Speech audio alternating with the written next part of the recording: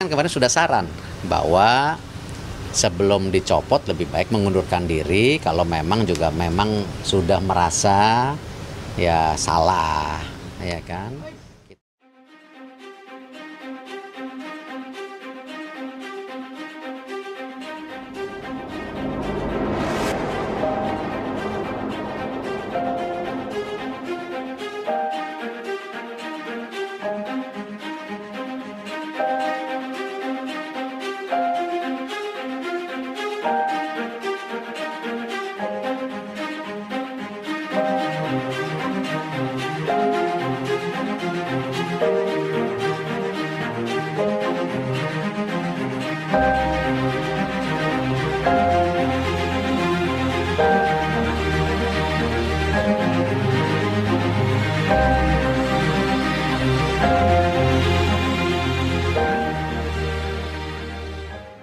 Garuda Indonesia merupakan perusahaan milik negara yang bergerak dalam bidang penerbangan yang pada tahun 2019 memiliki kasus yang sangat besar yang akhirnya memukul Garuda Indonesia ke jurang sanksi yang dikenakan oleh lembaga keuangan pemerintah dan pemerintah.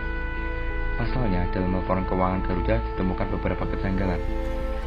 Kasus Garuda ini tidak hanya memukul Garuda Indonesia, namun juga auditor laporan keuangan yaitu Anugrata Sutanto Fahmi Bambang dan rekan yang juga dikenakan sanksi oleh Kementerian Keuangan.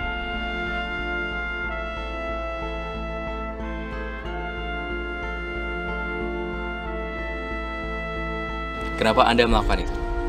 Secara umum, laba Garuda sudah turun dari tahun ke tahun. Pertama, pada tahun 2017, labanya merugi sebesar 2 triliun. Kemudian di tahun 2018, sempat untung, tapi sedikit sekali. Kemudian 2019, kami merugi lagi 2 triliun. Hal itu menyebabkan kita sebagai direksi merasa tertekan dari tekanan publik yang tidak bisa kita atasi. Maka dari itu, dengan berbagai cara kami melakukan rekayasa laporan keuangan yang menyebabkan laba Garuda tampak bagus.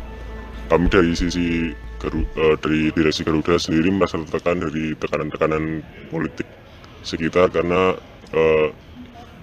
dari suasana direksi BUMN sendiri sedang tidak enak, maka kami melakukan itu. Selain itu, kami juga punya keluarga, anak yang harus kita kasih makan tentunya, sehingga kita tidak bisa serta-merta membiarkan laba itu merugi menganga begitu saja, sehingga kita harus melakukan upaya-upaya meskipun secara real sangat sulit sekali. Kenapa Anda melakukan cara pengakuan pendapatan seperti ini? Jika kita melihat dari potensi-potensi yang bisa digunakan untuk meningkatkan pendapatan dari Garuda Indonesia sendiri, bisa kita lihat kalau misalnya kita memotong lagi kos-kos yang ada, sangat tidak mungkin. Dari kos pilot sendiri sudah konstan. Terus kita sudah memangkas biaya-biaya yang terkait dengan pelayanan pilot seperti antar jemput pilot sudah kita pangkas. Tapi hal itu tidak bisa membuat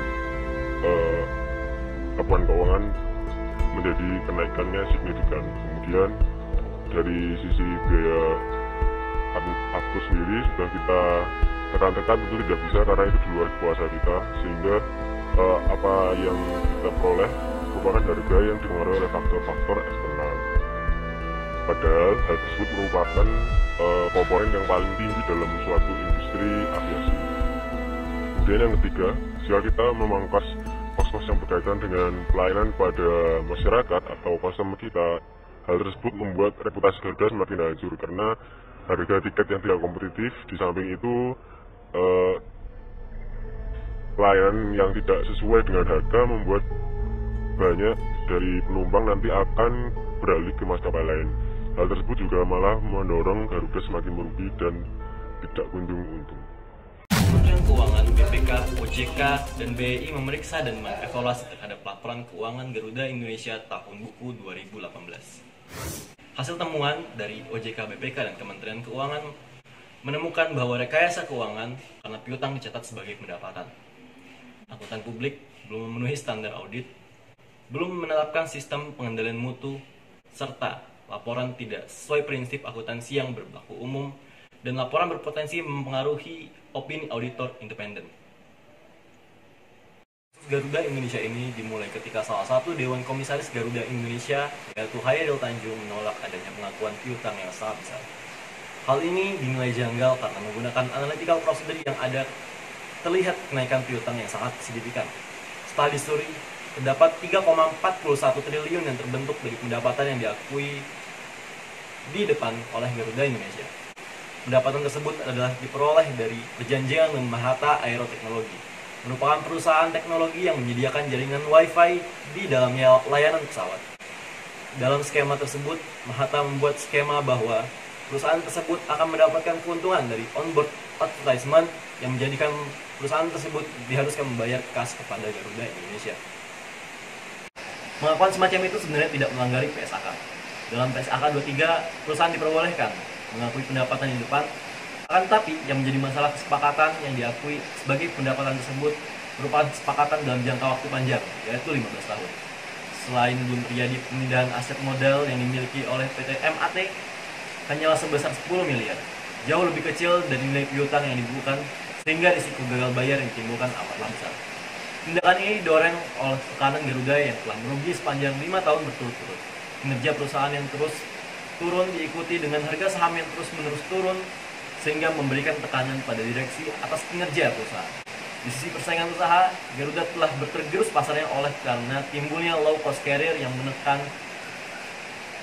pasar yang dimiliki Garuda. Sementara kurs terus melemah membuat ongkos bahan bakar Garuda semakin meningkat. Hal ini menekan direksi dalam memperlakukan posisinya.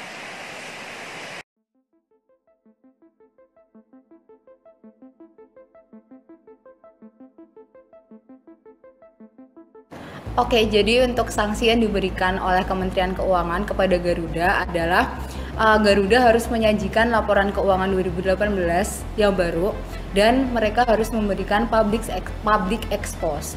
Nah, selain itu Garuda juga didenda dengan nominal 1,25 miliar.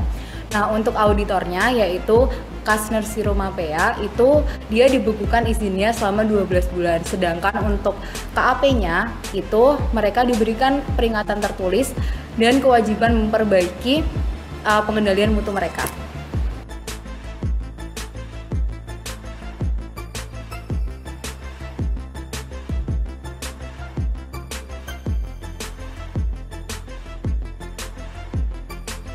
Dampak lain dari kasus tersebut adalah pasar merespon kisruh laporan keuangan Garuda Indonesia. Sehari usai kabar penolakan laporan keuangan oleh dua komisaris berbeda, saham perusahaan dan kode KIAA itu merosot tajam 4,4% pada penutupan perdagangan sesi hari pertama. Harga saham Garuda Indonesia anjlok hingga ke level Rp478 per saham dari sebelumnya Rp500 per saham. Saham perseorangan ini terus melanjutkan pelemahannya hingga ke posisi Rp466 per saham. Dampak lainnya adalah berkurangnya kredibilitas Garuda Indonesia dalam menyiapkan laporan keuangan. Berkurangnya kredibilitas Garuda Indonesia dalam menyiapkan laporan keuangan tentu akan berakibat pada menurunnya jumlah investor yang percaya untuk menginvestasikan dananya pada Garuda Indonesia. Hal ini cukup disayangkan karena Garuda Indonesia merupakan maskapai penerbangan terbaik di Indonesia yang memiliki high profile sehingga sedikit tidak mungkin untuk bisa melakukan hal tersebut.